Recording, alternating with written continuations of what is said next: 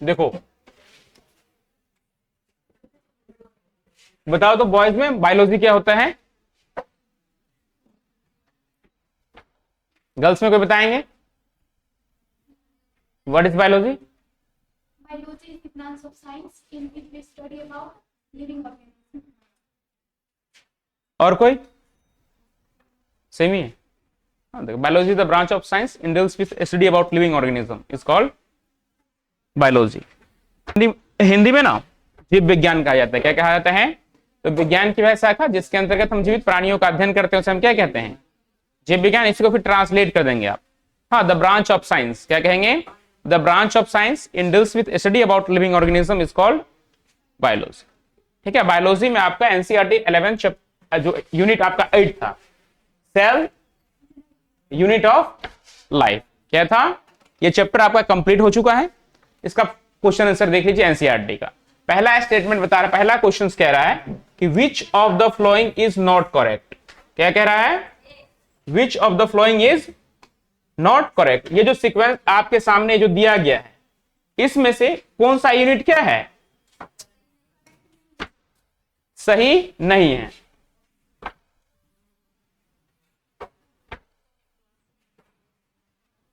देखो कह रहा है which of the following is not correct. Correct का मतलब क्या होता है? और नॉट का मतलब नहीं। तो पहला देखो पॉइंट क्या कह रहा है, Robert Brown discover the nucleus. क्या हमने आपको ये पढ़ाया है कि रॉबर्ट ब्राउन ने क्या किया था? पढ़ाया है ये? Robert Brown discover the cell, ऐसा किया था उसने? नहीं ना। किसने किया था? रॉबर्ट हुक ने। कब? 1665 में। किस सेल को डिस्कवर किया था? कॉर्क सेल को। किस सेल को? Cork cell. और कौन सा सेल? लिविंग या नॉन लिविंग? नॉन लिविंग यानी डेड सेल को क्या किया था? डिस्कवर्ड किया था। फिर कह रहा है Schleiden and Schwann formulated the cell theory. Yes, तो ये क्या सीक्वेंस क्या है? सही है। कह रहा है कि क्या स्लाइडेन और स्वान ने क्या दिया था? कोशिका सिद्धांत दिया था। तो हाँ, उन्हीं दोनों ने मिलकर के 1813 और 1839 दोनों का जो स्टेटमेंट आया, एक ने बताया कि जितने भी पादप कोशिका होते हैं, जितने भी पेड़ पौधे होते हैं, सभी किससे मिलकर बना होते हैं। फिर दूसरे ने बताया कि जो भी होता है, जो भी जंतु होते हैं, जो भी एनिमल होते हैं, वो भी किससे मिलकर बना है? कोशिका से। इन्हीं दोनों के स्टेटमेंट को एक साथ जोड़ दिया गया, तो वही सिद्धांत क्या कहलाया? सेल थ्योरी के नाम से जाना गया। फिर कह रहा है एक था जर्मन का, एक था ब्रिटिश का। एक जर्मन बॉटनिस्ट था और एक ब्रिटिश जोलॉजिस्ट था। देखो, Virchow explain that cell are form from pre existing cell. फिर आए 1855 में। किसमें आए? 1855 में आए रोडोल्फ विर्चो। कौन आए? जब इन दोनों का सेल थ्योरी फेल्योर हो गया, ये बताने में असमर्थ रहा, इन स्वान और स्लाइडेन के द्वारा जो सेल थ्योरी दिया गया, तो वो सेल थ्योरी, वो कोशिका सिद्धांत ये बताने में असमर्थ रहा कि नई कोशिका का निर्माण कैसे होता है। ये बताने में क्या रहा? असमर्थ रहा हो। तो फिर आए 1855 में। कितने में आए? कौन आए? रोडोल्फ विर्चो आए। इन्होंने बताया कि जितने भी कोशिका होते हैं, जितने भी सेल होते हैं, वो ओल्डेस्ट सेल यानी प्री एग्जिस्टिंग सेल से ही सेल डिवीजन करके एक नया सेल क्या करता है? तो ये भी स्टेटमेंट क्या है? सही है। ठीक है। Unicellular organism carry out its activity within the single cell. एक कोशिकीय जीव जो होता है वो अपने जीवन की सारी प्रक्रिया केवल सिंगल सेल से ही करता है। तो यस, ये भी स्टेटमेंट क्या है? सही है। केवल ये क्या है? तो इसका आंसर क्या हो जाएगा? 1। Robert Brown did not discover the cell was discovered by Robert Hooke. समझ गए ये क्वेश्चन? ये एनसीईआरटी का आपका चैप्टर 8 का साइटोलॉजी का पहला ही क्वेश्चन था। ठीक है, आंसर हाइड कर दें, आगे भाग गया ना। ऐसे ही रहने देते हैं क्या? कहां चला गया?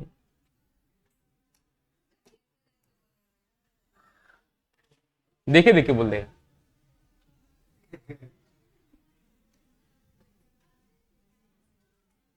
क्वेश्चन नंबर 2 है, क्वेश्चन नंबर देखिए 2 कह रहा है कि न्यू सेल, क्या कह रहा है? न्यू सेल का मतलब क्या होता है? नई कोशिका जो होती है, क्या होती है? नई कोशिका जो होती है वो कैसे बनता है? प्री एग्जिस्टिंग सेल से ही सेल डिवीजन करके क्या होता है?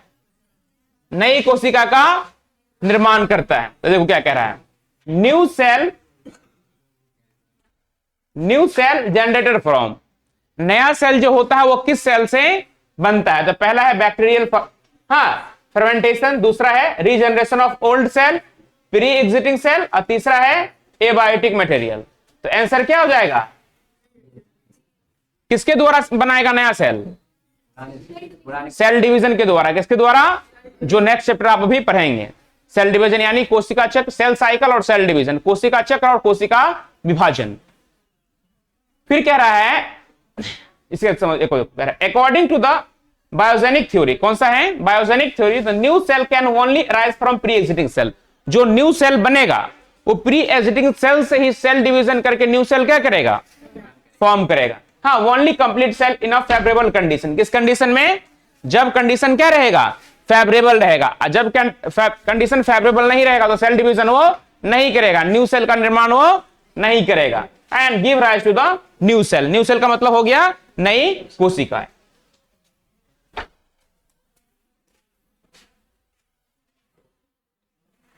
फिर देखो क्वेश्चन नंबर 3 है, क्या है क्वेश्चन नंबर तीसरा? कह रहा है मैच द फ्लोइंग।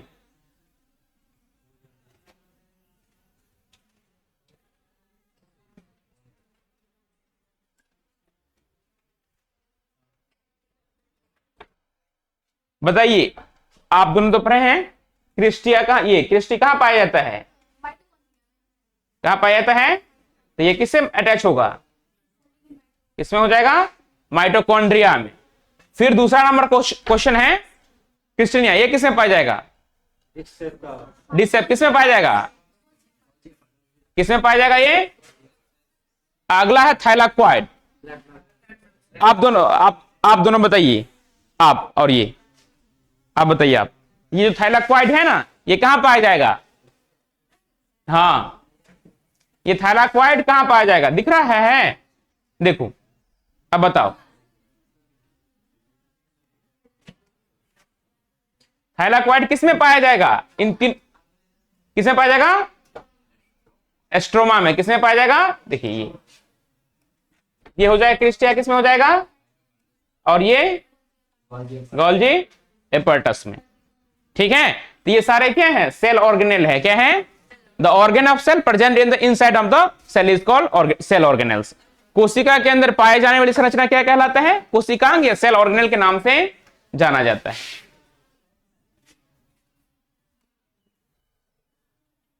इसका आंसर हो गया? पता नहीं क्या। अब देखो, इतना ही छोटे में रहने दो, छोटा छोटे में। कह रहा है which of the following is correct. ये तो जानिए क्या है ना। देखो कह रहा है which of the following is correct. Correct का मतलब क्या है? सही। तो पहला देखो कह रहा है cell of all living organism originated have a nucleus. जितने भी सेल होते हैं एनिमल्स का, और लिविंग जितने भी प्रकार के ऑर्गेनिज्म है, क्या सभी में सेल पाया जाता है? सॉरी, न्यूक्लियस पाया जाता है? जितने भी प्रकार के सेल होते हैं, क्या सभी में न्यूक्लियस यानी केंद्रक पाया जाता है? क्यों नहीं पाया जाता है? देखिए, सेल को ऑर्गेनेल के आधार पर कितने भागों में डिवाइड किया गया है? 2 भागों में डिवाइड किया गया है, प्रोकैरियोटिक सेल और यूकैरियोटिक सेल। और आपने पढ़ा है कि प्रोकैरियोटिक सेल में सेल ऑर्गेनेल और वेल डिफाइंड न्यूक्लियस नहीं पाया जाता है। तो पहला स्टेटमेंट क्या हो जाएगा? न्यूक्लियस होता ही नहीं है। हाँ, वेल डिफाइंड का मतलब हो गया कि नहीं पाया जाता है। ठीक है, देखो कहते विच, कह रहा है which of the following is correct, मतलब कौन सा स्टेटमेंट क्या है? बड़ा कर दें।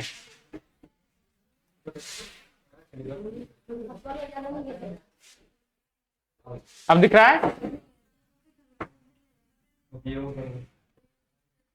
देखो क्वेश्चन क्या है, which of the following is correct. आपको 4 ऑप्शन दे दिया है, ऐसा पूछ रहा है कौन सा सही है।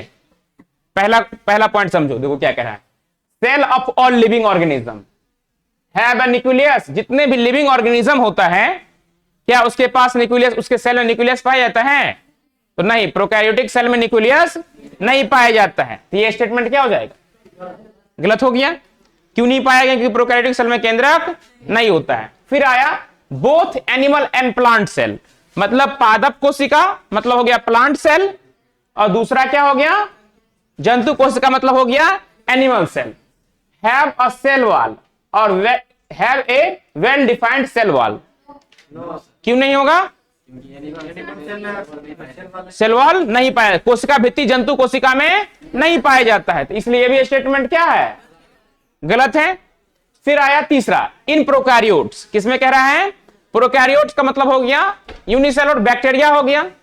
इसमें आगे बैक्टीरिया सेल में आ गया, there are no membrane bound organelle, इसके अंदर कोई मेम्ब्रेन बाउंड ऑर्गेनेल नहीं पाया जाता है, तो नहीं, इसके अंदर कोई भी मेम्ब्रेन बाउंड ऑर्गेनेल नहीं पाया, तो ये स्टेटमेंट क्या हो गया? सही हो गया। इसका मतलब हो गया कि देखिए, कोई भी जो प्रोकैरियोटिक कोशिका होता है, क्या उसके अंदर जो उसका ऑर्गेनेल होता है क्या मेम्ब्रेन बाउंड से घिरा हुआ होता है? तो पहली बात की प्रोकैरियोटिक जो कोशिका होते हैं, सेल होते हैं, उसमें ऑर्गेनेल्स पाया ही नहीं जाता है। हाँ, तो किसी भी प्रकार के मेम्ब्रेन से घिरा हुआ नहीं होता है। तो ये स्टेटमेंट क्या हो जाएगा इसका? कह रहा cell are form to no from abiotic materials, क्या जो सेल होते हैं केवल एबायोटिक मटेरियल से ही मिलकर बना होता? तो नहीं, ये बहुत सारे component, cell organelle, cytoplasm, endoplasmic reticulum, बहुत सारे कंपोनेंट से मिलकर बना होता है। तो ये भी स्टेटमेंट क्या है इसका? गलत है। तो आंसर क्या हो जाएगा इसका? सी हो जाएगा। ठीक है। फिर क्वेश्चन नंबर 5 कह रहा है कि व्हाट इज मीसोजोम। मीसोजोम ये VBI क्वेश्चन है, पूछता है ये। ठीक है, मीसोजोम क्या होता है? तो देखो कह रहा है कि mesosome is a convoluted membrane structure form in the prokaryotic cell. किसमें सेल में पाया जाएगा? प्रोकैरियोटिक सेल के सेल मेम्ब्रेन के अंदर यहां इनफोल्डिंग स्ट्रक्चर होता है, हम क्या कहते हैं? मीसोजोम कहते हैं। ये रिस्पिरेटरी में क्या करता है? हाँ, सहायता प्रदान करता है। किसमें? प्रोकैरियोट्स में। किसमें करता है? रिस्पिरेशन में क्या करेगा? हेल्प करता है।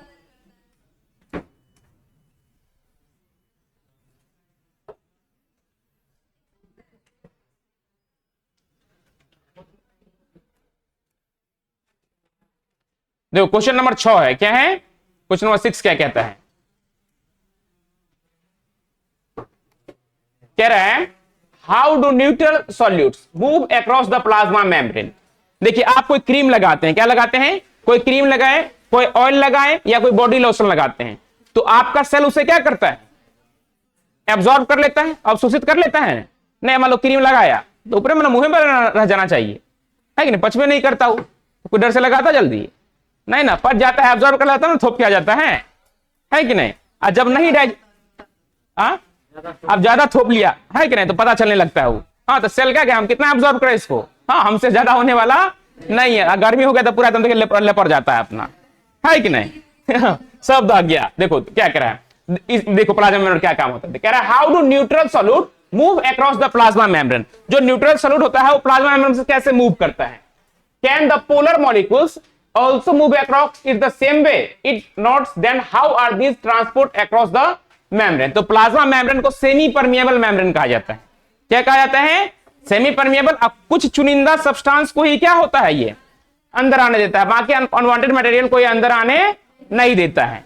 ठीक है, इसलिए से क्या कहा जाता है? सेमी परमिएबल मेम्ब्रेन के नाम से जाना जाता है। और इसमें होता है एक एक्टिव ट्रांसपोर्ट, एक क्या होता है? Passive transport. और ऑस्मोसिस क्या होता है? तो प्लांट सेल में ऑस्मोसिस की प्रक्रिया क्या होता है? ज्यादा होता है। देखिएगा, साग से पानी मारेगा तुरंत ताजा लगेगा। हाँ, जैसे आधा घंटा हो गया तुरंत फिर क्या लगेगा? हाँ, मुरझाया हुआ।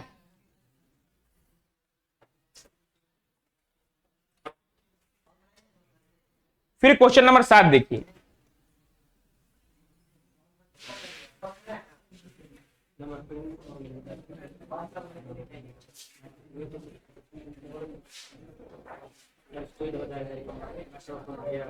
देखो कह रहा है नेम 2 ऑर्गेनेल।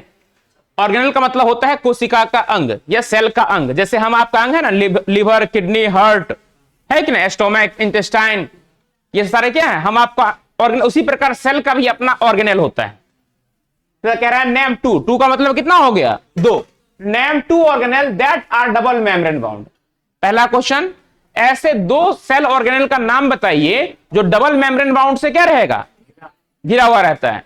हाँ, जैसे मोदी जी सब आते हैं तो पहले रहेगा एसपीजी कमांडो, रहता है कि नहीं, उसका एसपीजी अपना सिक्योरिटी, पहले अपना सिक्योरिटी, फिर आएगा एसपीजी, उसके बाद आएगा 2-4 गो आर्मी, उसके बाद क्या आता है, हाँ जो हाँ बीएसएफ साहब आ जाएगा, उसके बाद आएगा जो थाना उना का पुलिस सब रहता है, सब आगे आगे चलता रहता है, बीच में क्या रहता है, रच रहता है। उसी प्रकार देखिए, हाँ आपके सेल के अंदर ऐसे दो ऑर्गेनेल्स हैं, एक प्लांट में और दूसरा किस में, एनिमल में, जो डबल मेम्ब्रेन बाउंड से क्या रहता है।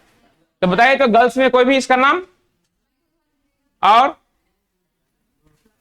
मैं यहां पे माइटोकॉन्ड्रिया देख के बोल दिया माइटोकॉन्ड्रिया। दूसरा बताइए, हाँ और एक और बताइए, पता है तो कोई बता, हाँ होता है पर आपको दोनों मेंशन करना है, आपको एक ही सेल, सिर्फ एनिमल सेल का नहीं मेंशन कर देना है।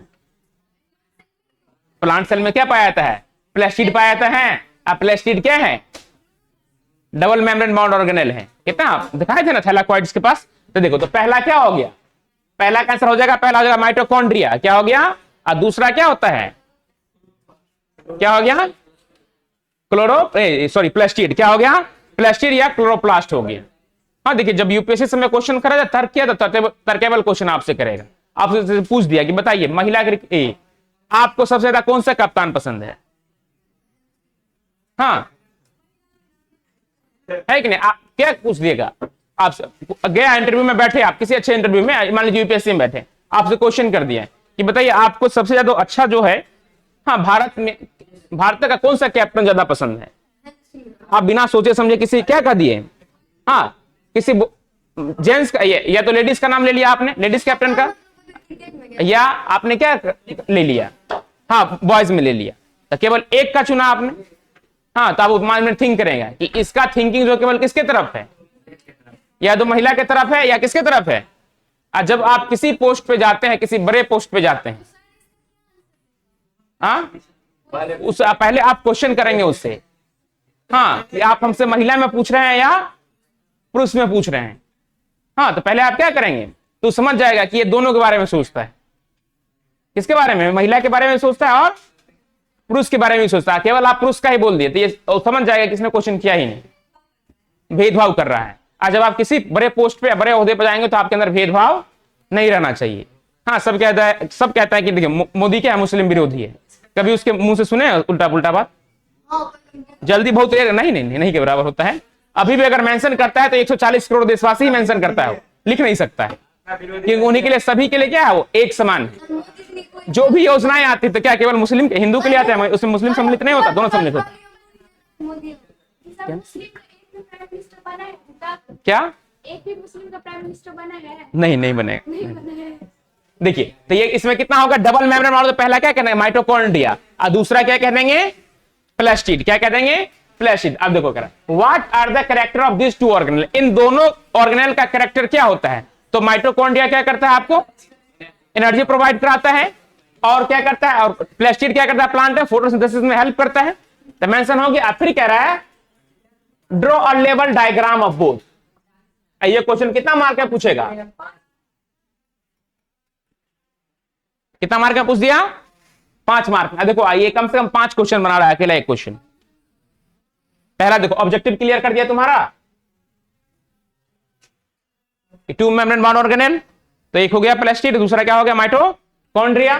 फिर हो गया what are the characteristics, mitochondria का कैरेक्टर क्या होता है, प्लास्टिड का कैरेक्टर क्या होता है, अलग अलग क्वेश्चन बन गया। फिर कह रहा है फंक्शन क्या होता है इसका, तो फंक्शन भी आप लिखें, लिखवाएं आपको हम। फिर आपने लिखा है लेवल डायग्राम, फिर आपको क्या करा है कि डायग्राम भी बनाई। 4 क्वेश्चन क्या कर दिया,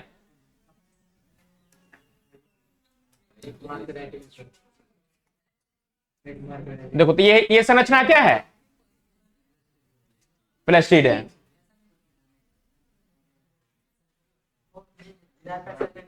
अब देखो फिर क्वेश्चन कर रहा है,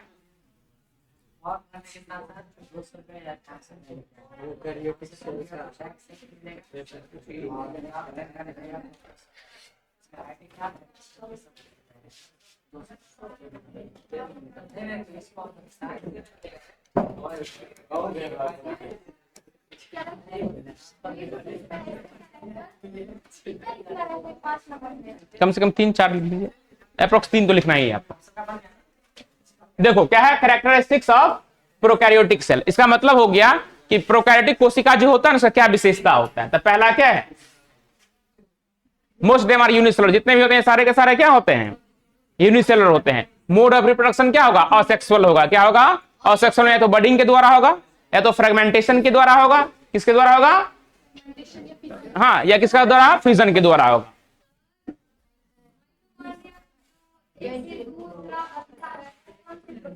फ्यूजन के द्वारा, जी। अब देखो ये जनरली साइज में कितना होता है, 0.1 से 0.3 माइक्रोमीटर तक होता है। इसमें मोड ऑफ रिप्रोडक्शन क्या होता है, सेक्सुअल होता है, काफी फास्ट होता है। क्या होता है, 90 मिनट्स में ही क्या कर लेगा, ये न्यू ऑर्गेनिज्म तैयार कर लेता है। 90 मिनट में ही क्या कर लेगा, ये एक नया सेल क्या कर लेता है। ये हम आप में एक नया जीव बनने में कितना मंथ लगता है, 9 महीना। कितना मंथ लगा, 9 महीना, 9 या 27, 270 दिन। कितना दिन लगा, 270 दिन। आज सप्ताह में लिया था, कितना सप्ताह,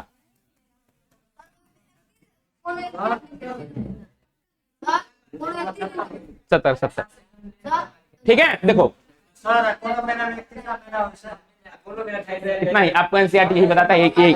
चुप रहो, इधर देखो। देखो तो हम मानव में एक नया जीव बनने में कितना महीना लगता है, 9 महीना लगा। आप देखो एक कोष के जीव में ये जो जन्म की प्रक्रिया करेगा तो केवल कितना मिनट, 90 मिनट। कितना मिनट, 90 मिनट में क्या कर लेता है, एक नए कोशिका का निर्माण कर लेता है। हमारा आपका जो सेल होता है, सेल अभी सेल डिवीजन पढ़ाएंगे आपको। हमारा आपका जो सेल होता है ना 24 आवर में डिवाइड होता है। हमारे आपके बॉडी में एक सेल से दूसरा सेल बनने में कितना टाइम लगता है, 24 घंटा। तो पूछा है कि ह्यूमन सेल जो होता है कब डिवाइड होता है, तो 24 आवर में एक बार क्या होता है, आपका सेल डिवाइड होता है। और ये कब होता है, 90 मिनट में ही क्या कर लेगा, सेल डिवीजन करके एक नया सेल क्या कर लेता है, बना लेता है। तो किसमें हो गया, ये कैरेक्टरिस्टिक्स में। फिर और क्वेश्चन देखिए इसमें क्या है, देखो क्या है, multi cellular organism have division of labour, explain why. Division का मतलब होता है श्रम विभाजन। डिवीजन ऑफ लेबर का मतलब क्या होता है, श्रम विभाजन। अब मान लो तुमको हम 10 को लेबर दिए, क्या दिए, 10 को लेबर। 10 लेबर का क्या तुम एक ही काम करवाएगा, अगर अलग अलग काम तुम 10 को क्या कर देगा, बांट देंगे। तो देखो डिवीजन ऑफ लेबर एक कोष किसमें, देखो क्या कह रहा है, एक कोष के जीव में नहीं होता है। क्या हो गया, क्यों नहीं होता है, क्योंकि उसके पास ऑर्गेनेल्स नहीं होते हैं। कोई क्या, किसमें, प्रोकैरियोटिक में नहीं होता है, वही तो बता रहे हैं। हाँ, तो डिवीजन ऑफ लेबर उसमें नहीं है। पर हम आपके पास देखिए विभिन्न प्रकार के ऑर्गेनेल्स हैं, अंग है, और सभी अंग का फंक्शन क्या एक ही है, हाँ अलग है ना। अगर मुंह में देखो जीभ और दांत है तो दोनों का काम भी क्या है, अलग अलग है कि नहीं। उसी प्रकार देखिए जब आपके ऑर्गेन को देखो क्या कह रहा है, multi cellular organism are made of millions and trillions of cell. Multi cellular जो ऑर्गेनिज्म होते हैं वो लाखों करोड़ों कोशिकाओं से मिलकर क्या होता है, बना होता है। These cell from a specific function, all the cell specialized for the performing similar function are grouped together in tissue। तो देखिए जब सेल बना, क्या बना, सेल, तो सेल से क्या बनेगा, टिश्यू, टिश्यू से ऑर्गेन, ऑर्गेन से ऑर्गेन सिस्टम, ऑर्गेन सिस्टम के बाद क्या हो जाएगा, ऑर्गेनिज्म तैयार हो जाएगा। तो देखो तो सभी सेल का काम भी क्या होता है, जैसे कि न्यूरॉन सेल है, हाँ क्या है, न्यूरॉन सेल है, तो क्या करता है, सीएनएस को क्या करता है, सीएनएस को इंडिकेट करता है कि आपके बॉडी में कब कहां क्या हो रहा है। हाँ हार्ट सेल है तो ये अपना सेल डिवीजन नहीं करता है, क्या करेगा, अपना heart cell division, neuron cell division नहीं करता है। पर आपने क्या किया, डिवीजन ऑफ लेबर किया। क्या किया, डिवीजन ऑफ लेबर, मतलब सभी अंग को उसके कार्य के आधार पर क्या कर दिया आपने, उसे बांट दिया। तो वही चीज क्या कहलाएगा, डिवीजन ऑफ लेबर कहलाएगा। क्या कहलाएगा, तो पूछ देगा ऑब्जेक्टिव, बताइए डिवीजन ऑफ लेबर किसमें पाया जाता है, प्रोकैरियोटिक में, यूकैरियोटिक में, यूकैरियोटिक में, प्रोकैरियोटिक में नहीं पाया जाएगा। ठीक है,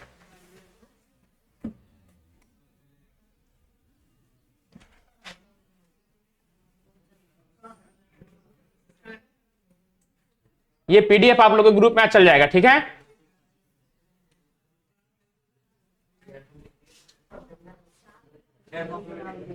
हाँ बना लेना।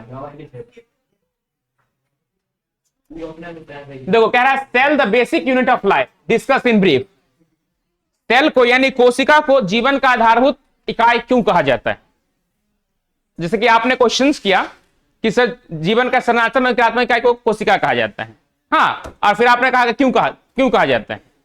जैसे मान लीजिए ये बिल्डिंग है, हाँ, तो किससे बना है? ये ईंट से बना है ना, तो इसका स्ट्रक्चर एंड फंक्शन यूनिट क्या कहलाएगा? ईंट कहलाएगा। और ईटा सीमेंट बालू सब तो उसको क्या क्या, हाँ, प्रोटेक्शन प्रोवाइड कराया। तो देखो cell are the basic unit of life capable of doing all the required biochemical process. इसके अनुसार अगर एक कोश की जीव है, अगर यूनिसेलुलर ऑर्गेनिज्म है, तो उसमें जितने भी प्रक्रिया होगा वो किसके द्वारा होगा? सिंगल सेल से ही होता है।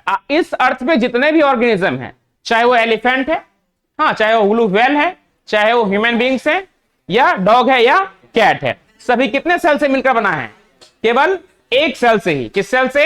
एक सेल से ही सेल डिवीजन करके क्या किया गया है? निर्माण हुआ। इसलिए उसे क्या कहा जाता है? यूनिट ऑफ लाइफ के नाम से जाना जाता है। अब देखो फिर क्वेश्चन है कि what are the nuclear pore. तो न्यूक्लियर तो अभी तो न्यूक्लियस पढ़ा है, सब केंद्रक पढ़ा है ना। तो न्यूक्लियर पोर का मतलब होता है केंद्रक छिद्र। तो ये मान लीजिए होगा न्यूक्लियस, और न्यूक्लियस के पास इतना सा ये क्या होता है? छोटा सा छिद्र होता है, उसे हम क्या कहते हैं? टाइनी होल होता है, उसे क्या कहते हैं? न्यूक्लियर पोर कहते हैं। आज देखो फंक्शन पूछ देगा तो फंक्शन भी लिखा है आपको हम। डीएनए आरएनए को क्या करता है? प्रोटीन को और आरएनए को साइटोप्लाज्म से, हाँ, कैरियोप्लाज्म आने में क्या करता है? सहायता प्रदान करता है।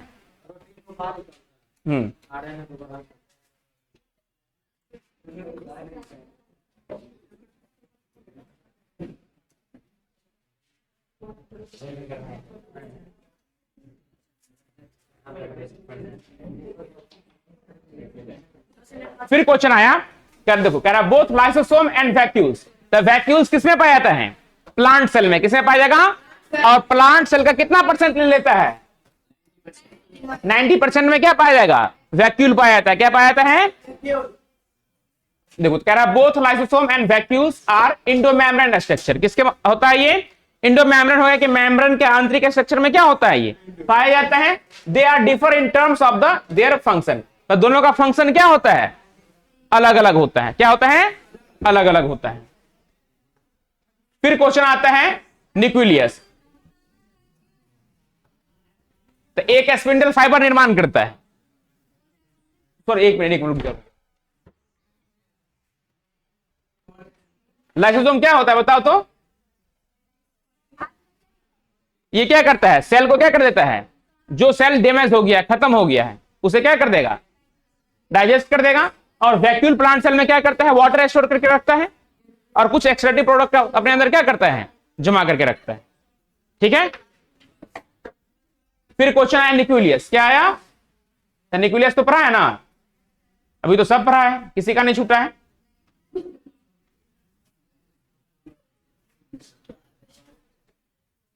क्या न्यूक्लियस क्या होता है? तो क्या कहेंगे? साइटोप्लाज्म के अंदर जो राउंड शेप स्ट्रक्चर होता है उसे हम क्या कहते हैं? न्यूक्लियस कहा जाता है। ये वाला जो जाल जैसी संरचना क्रोमैटिन कहलाएगा। क्या कहलाएगा? क्रोमैटिन। ये न्यूक्लियर पोर कहलाएगा। ये न्यूक्लियोलस और ये न्यूक्लियोप्लाज्म। फिर इसमें पूछ रहा है सेंट्रोसोम। क्या पूछ रहा है? सेंट्रोसोम क्या होता है बताइए तो? सेंट्रोसोम वाला फिगर नहीं पढ़ाए थे? और जो कार्ट व्हील की तरह था, बैलगाड़ी के पहिए के समान, जिसमें क्या था? 9+0 था। सीलियर फ्लेजला में 9+2 था। और सेंट्रोसोम में क्या था? जो सेल डिवीजन के दौरान क्या स्पिंडल फाइबर क्या करता है? देखो ये जो पतला धागीनुमा संरचना है ना, ये स्पिंडल फाइबर बनाने में क्या करता है? मदद करता है। फिर ये लास्ट क्वेश्चन है, ये आपने कल के हेडिंग में ही पढ़ा था। क्या बताइए तो? पहले देखो, पहला क्वेश्चन कह रहा है कि व्हाट इज सेंट्रोमियर। सेंट्रोमियर को क्या कहते हैं? गुणसूत्र बिंदु कहते हैं। तो देखो ये वाला पार्ट क्या कहलाएगा? क्या कहलाएगा? सेंट्रोमियर। जो किस में पाया जाएगा? क्रोमोसोम के बीचों बीच में रहेगा, तो संरचना क्या कहलाएगा? How does the position centromere form the basis of classification of chromosome. तो सेंट्रोमियर के आधार पर क्रोमोसोम को कितने भागों में डिवाइड कर दिया गया है? 4 भागों में। कितने भागों में डिवाइड किया गया है? 4। कौन कौन सा? पहला कौन सा है? सब मेटासेंट्रिक। एक्रोसेंट्रिक का क्या होगा? आगे होगा सर, ये एक्रोसेंट्रिक और क्या है? टेलोसेंट्रिक। ये सब पढ़े हैं ना? बाकी जो और बच्चों को प्रॉब्लम हुआ होगा जो बैक में नहीं पढ़ा है, रिवीजन नहीं था, ये वाला पढ़े हैं आप। 14 नंबर क्वेश्चन। तो देखो, तो क्रोमोसोम को सेंट्रोमियर के आधार पर कितने भागों में डिवाइड कर दिया है? 4 भागों में डिवाइड कर दिया। पहला क्या कहलाया?